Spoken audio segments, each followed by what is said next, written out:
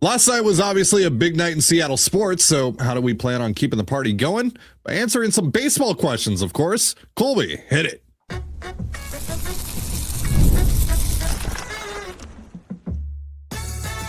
You are Locked On Mariners, your daily Seattle Mariners podcast, part of the Locked On Podcast Network, your team every day. Ahoy, sailors. It is Monday, January 26, 2026. You're listening to the Locked On Mariners podcast, part of the Locked On Podcast Network, now the #1 sports podcast network. My name is Tony Gonzalez, and I'm joined as always by my co-host Colby Patnode. We're two lifelong Mariners fans who've been covering the team for over half a decade, and today we're going to open up the mailbag like we do here every single Monday and answer some of your Mariners questions. But before we do, I want to shout out our title sponsor today, FanDuel. It's the last call for football on FanDuel. If you're a new customer, bet just $5 and get $200 in bonus bets if you win. Kicking us off here on Mailbag Monday is Jake, aka Raise the Trident on Twitter, who wants to know, we know that Josh Naylor has had many evolutions in his offensive game over his career. He's either been a high average guy or a high slugging guy, but not both at the same time. For his first full season in Seattle, and especially at T-Mobile Park, what type of offensive production do you expect to see from Josh? I think we'll see probably the 20 home run version of Josh, which is higher average, more on base, more doubles. Again, he, like Jake said, he had kind of the 1 year in Cleveland where he hit 30 home runs, but the batting average dropped pretty significantly. And so, I think T-Mobile Park is a good park for him to hit in. Clearly, the power to the pull side is evident, and that's where Naylor's going to hit home runs. He's not trying to go gap to gap for his power. It's pull power, and so he understands who he is as a hitter. I think the best version of Josh Naylor is also the best version of Mitch Haniger, which is the guy who's like, I'm here to get hits. I'm here to hit the ball hard. I'm going to go, hit doubles. I'm going to get on base. I'm going to have a high average. I'm not going to strike out a ton. And, in the right situations and the right pitches, I can turn on those and I can hit home runs, and I can get to 20, 25 home runs instead of trying to hit 40. So I think that's the best path for Naylor, is just kind of do what he did last year. And I think who he was in Seattle last year, certainly more of a souped up version of who he was for most of his time in Cleveland. But I think that's what you're looking for. Hit 20 home runs and then, get that 280 batting average with the, mid 300, like 350, 360 on base, and 30 doubles, 20 home runs, whatever it is, slug 450. I think that's the best version of Josh Naylor. I think the better question here, though, is do the Mariners need him to be a 30-plus homer guy? Because you just lost 26 homers in Jorge Polanco. Gino might not be back. You've lost a lot of homers in this lineup, and Brendan Donovan is obviously not going to make up for a ton of that if that's the guy that you bring in, if you bring in anyone. So do the Mariners kind of need Naylor to pump out more homers? Maybe, because Cal's certainly not going to hit 60 again. So... perhaps. I mean, could the return of Luke Raley make up some of that difference? Sure. Could, a full season of Canzone, could that, could he crank out 25 homers and kind of help make up the difference? Sure. It's possible. I think there's pretty decent odds that, like, the home runs you lost from Polo, they'll be taken by guys who are already on the roster. So I don't think you need anything more from Josh. And hey, you know what? He's hit 30 home runs in a season before. He's hit 280 in a season before. He just hasn't done them in the same year. Who's to say he can't do it? Sure. He hasn't, but based on how he hit in Seattle last year and how, you kind of pace out his numbers with the Mariners over the course of a full season, he's certainly capable of it. So I don't think he needs to hit more home runs. And honestly, I don't think that's Josh's concern. Josh's concern should be like, hey, how do I help the team the most in what version of myself? And to me, it's the overall hitter more so than trying to hit home runs. That's the best way to help the Mariners. It's on everybody else, including the front office, to build a better lineup so that Josh doesn't have to try and make up that power gap that may exist. So no, I think if they're asking Josh, hey, maybe this is a year you need to try for 30, bombs or whatever, I think that's indicative of how terrible of an offseason the Mariners actually had, more so than, we just assumed Josh Naylor would do that for us. Like, why? Let Josh Naylor be who he is. And who he is a really good hitter. who, probably has fringe average power at first base. Austin wants to know, do you guys know anything about the 2027 international prospect we are projected to sign, Myron De La Rosa? No, not really. If you guys have been following us for a while, when we talk about prospects, specifically international guys, we try to stay as locked into that stuff as we possibly can, but we don't have the kinds of connections to really know about those guys. And obviously we're not down there and getting to see them. Like, we really don't know much about those guys other than what's written about them until they get stateside. And it's impossible to project what a 15-year-old, 16-year-old, 17-year-old is going to be 5 years down the line. Yeah, I'm not even going to try. That said, though, De La Rosa had a deal in place with the Yankees that fell through, and the Mariners swooped in and got that done pretty quickly. Apparently he had higher offers than what the Mariners gave him, but him and his agent, they just wanted to get something done with Seattle. So the Mariners are going to have 2 of the top 3 projected international free agents in next year's class, which is really cool. Now, I believe because they're already projected to give $4 million to Uton. And this De La Rosa is projected to make $3.8 million, or that's what the deal is reportedly, or that's what the deal reportedly is. So I believe the Mariners are going to have to trade for some money at some point. I think it pretty much wipes out their entire, I don't know exactly what their international player pool is, but usually it's around $8 million. So obviously this would eat up pretty much all of that just with these 2 guys. Yep. So it's possible they might just have to, or they might just back out of some of their own deals that they have set up already, just to make sure they have the money to sign these guys. But yeah, they might have to trade for some, and that's really not that big of a deal. You usually pick up international bonus money for fringe 40-man guy. You could probably trade Cooper Criswell, at the end of spring training for, $250,000 of international free agent money. So yeah, it's not a big deal to acquire that. It doesn't usually cost really any players of note. You just find a team that's going to have leftover money and hey, do you want this fringe major leaguer? Sure. And so that's not really a big deal, but yeah, they're both Uton and De La Rosa. Is that, isn't it? What is it? Yeah. Myron De La Rosa. Yeah. They're both switch hitting shortstops who project to stay up the middle. So, I mean, that's the best I can tell you. And it seems by just about everybody's account, these are 2 of the at least top 5 players in next year's class, and the Mariners are going to get them both. So you probably already knew all that, but that's my level of knowledge when it comes to international free agency. I'm not going to pretend that I know these guys. And even when we go to rank the new class in our prospect ranks sometime next month or the month after, it's all just based off of what other people are telling me about the guy, because I can't get eyes on the player for a couple years probably. So sorry, we're not the international free agent guys. No. So like I said, we don't really have the connections to, talk about these guys too much to get enough information on these guys. But hey, if you work for the Mariners or you're a scout for the Mariners and, you want to help the largest Mariners podcast in the space, educate, your fan base about these guys, and, where to reach us. Yeah, just hit us up.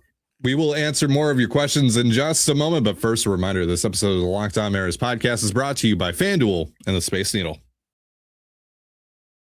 It's the last call for football on FanDuel. One final Sunday, one last kickoff, the final chance to get in on the action before the NFL season officially comes to a close. This is Super Bowl 60. The Hawks are in it, and FanDuel is making sure you're right in the middle of the action with a special offer just in time for the biggest game of the year. Whether you're backing the favorite, riding with the underdog, or building one last same game parlay, this is the game everyone's been waiting for. This is where predictions turn into plays, stats turn into storylines, and every snap feels bigger. It's the perfect way to cap off the season and make the Super Bowl even more exciting from kickoff to the final whistle. If you're a new customer, bet just $5 and get $200 in bonus bets if you win. Make it count, because after the Super Bowl, the season is over. Last call for football on FanDuel, an official sportsbook partner of Super Bowl 60. Visit FanDuel.com to get started. Pint and a Pie at the Space Needle is the perfect pregame or pre-funk spot before hitting Climate Pledge Arena. After 4 p.m., the Space Needle's Pint and a Pie gives you the whole package. Entry, a sweeter, savory tip-top pie, and a pint of beer, wine, or a non-alcoholic drink, all for just $35 per person. Minimum purchase of 2 required. Pint and a Pie is your launch pad to tomorrow night's cracking game at the CPA, so why not enjoy a little space and a great view while pre-gaming with your favorite cocktail rather than trying to cram into a crowded sports bar.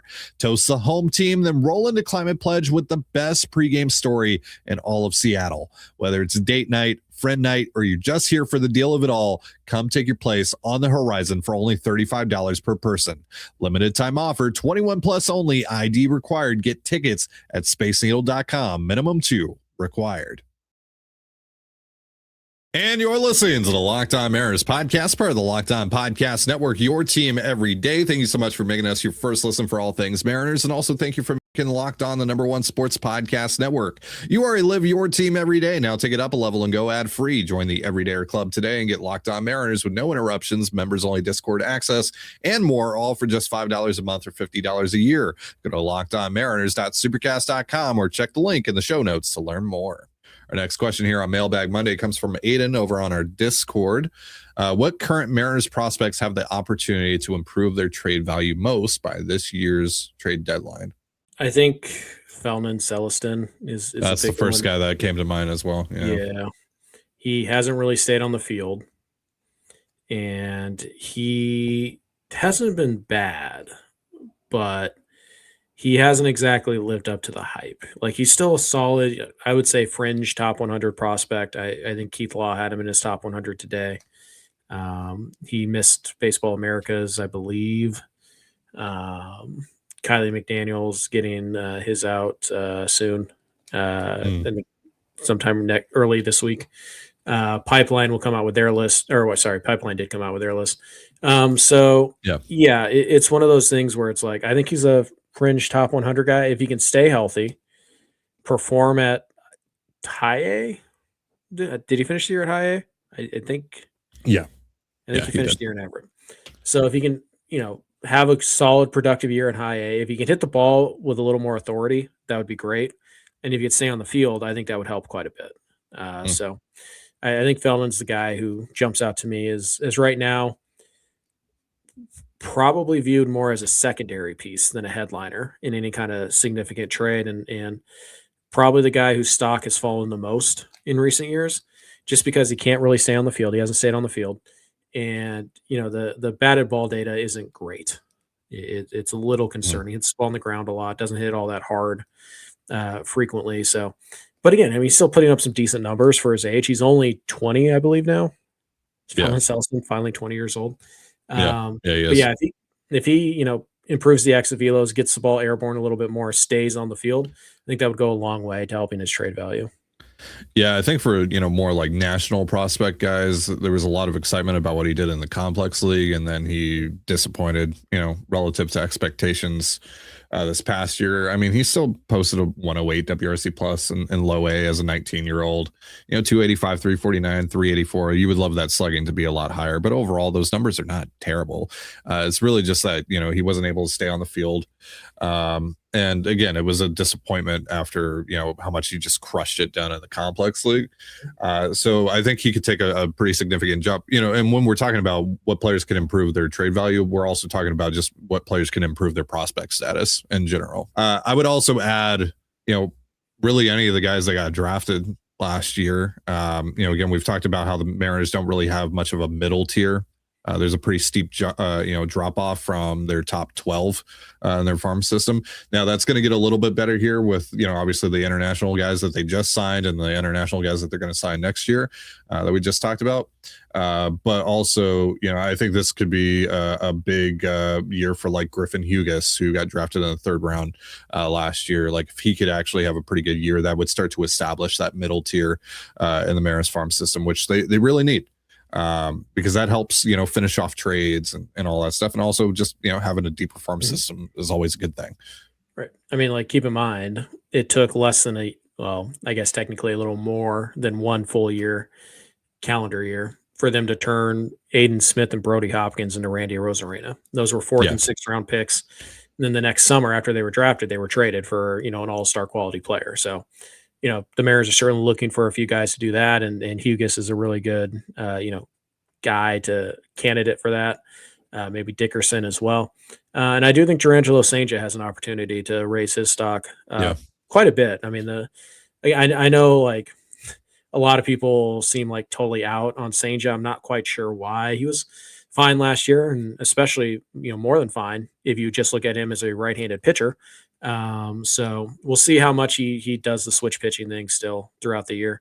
But if he really hones in, gets a little more value out of the breaking ball, cuts down on the walks a little bit, and maintains the swing and miss stuff that he had last year, teams are going to look at him as a number 3 starter who is major league ready or close to it by the trade deadline. And that is going to fetch you quite a bit if you do decide to trade him. And right now, I think teams are a little bit, not sure about the strike throwing. They're not sure about the breaking ball right now. But he's a really good athlete who throws enough strikes as things sit. And again, when you take out his numbers as a left-handed pitcher where he's just not a major league quality lefty, he was really good last year. So I think Sanger's underrated by fans right now.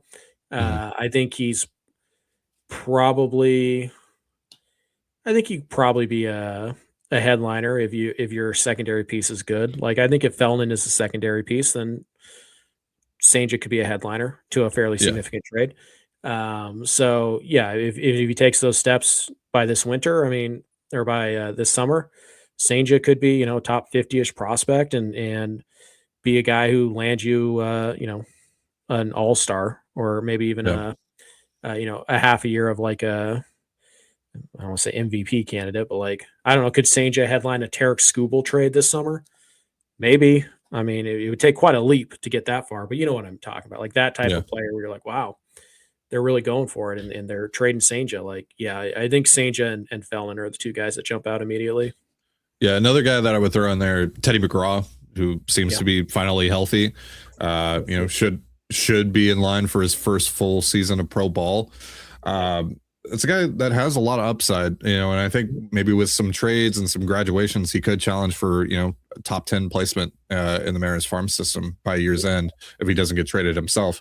But if he does take that next, step and stays healthy and does kind of what I think he can do, then, that again kind of establishes that middle tier and, then he becomes like an actual real intriguing, second or third piece in a trade.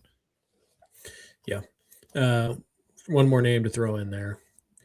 I think there's a chance that Christian Little becomes a guy who is like, get you a surprisingly good, like maybe it's just like a really solid 7th, 8th inning bullpen arm with a couple years of control, or it's that platoon, the strong side platoon guy you need at second base, like in the summer on a rental deal. I don't think he's going to be the headliner for an all-star, but I think he could be a headliner for like a really solid Justin Turner type of guy.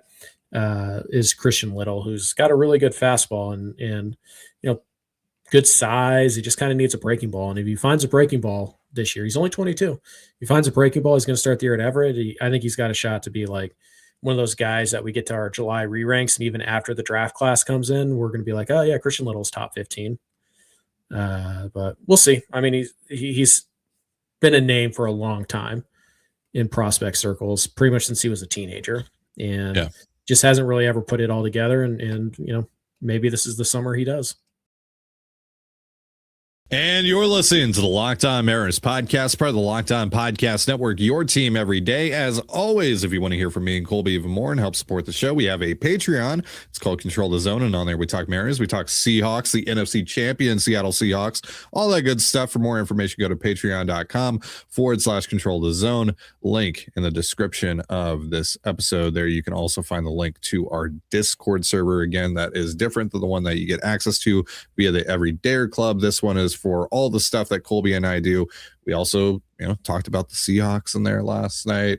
There's music discussion, video game discussion. We got, a little over 200 people in there. It's a good time. So if you want to come, if you want to come join us, join the book club, all that stuff, hit the link in the description of this episode. Adam wants to know, is it time to entertain trading Logan Gilbert or George Kirby to upgrade offense with Cade Anderson and Durangelo potentially knocking on the door soon? Dunning or Criswell, et cetera, could fill in the 5th role in the meantime. Not yet. For who? Yeah, that's the other thing too. That's what it ultimately comes down to, is for who. Especially at this point in the game where most teams have their rosters pretty much set. They're not really looking to shift things around too much. Now, obviously, there would be interest in Logan Gilbert or George Kirby, but also we talked about this specifically with major leaguer trades for the Mariners, because that's what they would be looking for here if they're trading Logan Gilbert or George Kirby. How much is your team actually better at the end of that trade? If at all. Is it even better? Even better?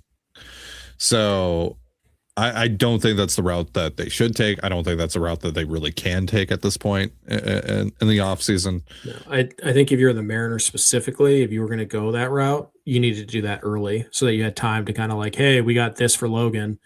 Okay, we should probably go get a vet here, or a vet here to kind of. And right now, you're just running out of time to bring those guys in. So right that's a thing that starts at the GM meetings, and then you hammer it out like around the winter meetings, and you get it done in December at some point. Right. I mean, you're not the Brewers, right? Like you have to have those trades figured out early so that you have time to go and fill those holes elsewhere.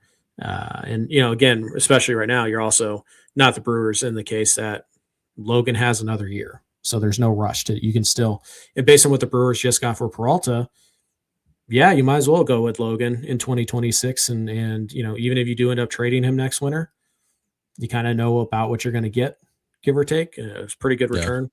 And so, I think it's worth the risk. So I don't see any reason to do it with Logan. And then right now with George, I don't think you're going to get significantly more if you traded him today than if you traded him a year from now.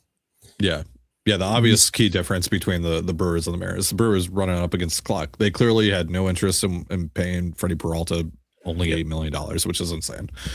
Or paying him, moving, and paying him beyond this year. So they wanted to trade him. The Brewers are actually a mid-market team, and the Mariners like to pretend that they are, or that they should be. But but again, the Mariners, they're not running up against the clock with Logan or George right now. So no reason for them to do it for that reason either. So there's just I don't really see the justification, right? Like I don't see a route that you can take to justify trading one of those guys right now.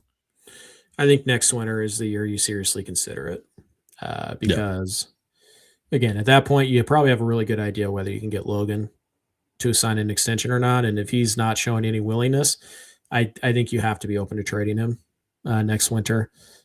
George, again, because you have an extra year of club control with him, next winter is when his value will be max. Well, I guess technically this deadline, his value would be maxed, assuming he's healthy and he's pitching well, of course.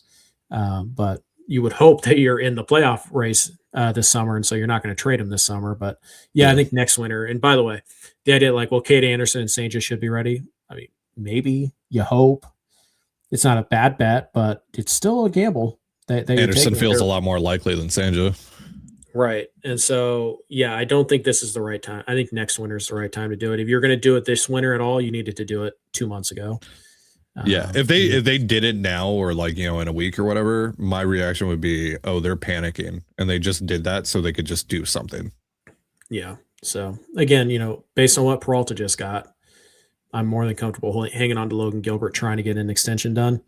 And then if I can't, and we get to next winter and it doesn't feel like anything's going to happen, I'll start shopping them. But right now I don't really, and at that point, by the way, I should have a good feel for where Anderson is, where Senja is, heck, where Ryan Sloan is, make me even more comfortable in trading him, knowing that those guys, instead of just being like, well, I think those guys could be big league ready at some point this year. Well, I'd rather know that they're big league ready. Yeah, I feel pretty confident that Anderson will have some major league seasoning under his belt by that point. Maybe Senja as well. Obviously, that might take some injuries and stuff like that to happen, but sure. Heck, Sloan might finish the year. There's a non-zero. I would say there's like a 10% chance that we get to September and we're like, do you call up Ryan Sloan and stick him in the bullpen for the playoff run? I mean, maybe. Sloan, to use an industry term, has a lot of helium right now. And so maybe, but no, I think next winter is the winter you really entertain it. Last question of the day comes from John. Rumors of the Red Sox being in on Paredes and Gino. They are in an extremely similar boat to us with needing either a third baseman or second baseman, and they prefer a right-handed hitter. What are the chances they make a splash and then all of a sudden Romy Gonzalez is available? He can platoon with Young at second base. 3 platoons wouldn't be ideal, but honestly, I wouldn't hate it. Romy or Young can play third base in a pinch if JP needs a day off, and Emerson can slide over to shortstop. I think the Red Sox would just keep Romy in the role that he's been in for them for the most part over the last couple of years. They would just have a full-time second baseman or third baseman, and then they would have a platoon with Romy and whoever, David Hamilton or whoever it is. Sully right? Mayer. Yeah. Whatever. So, I think they would just keep him. I don't think they'd make him available.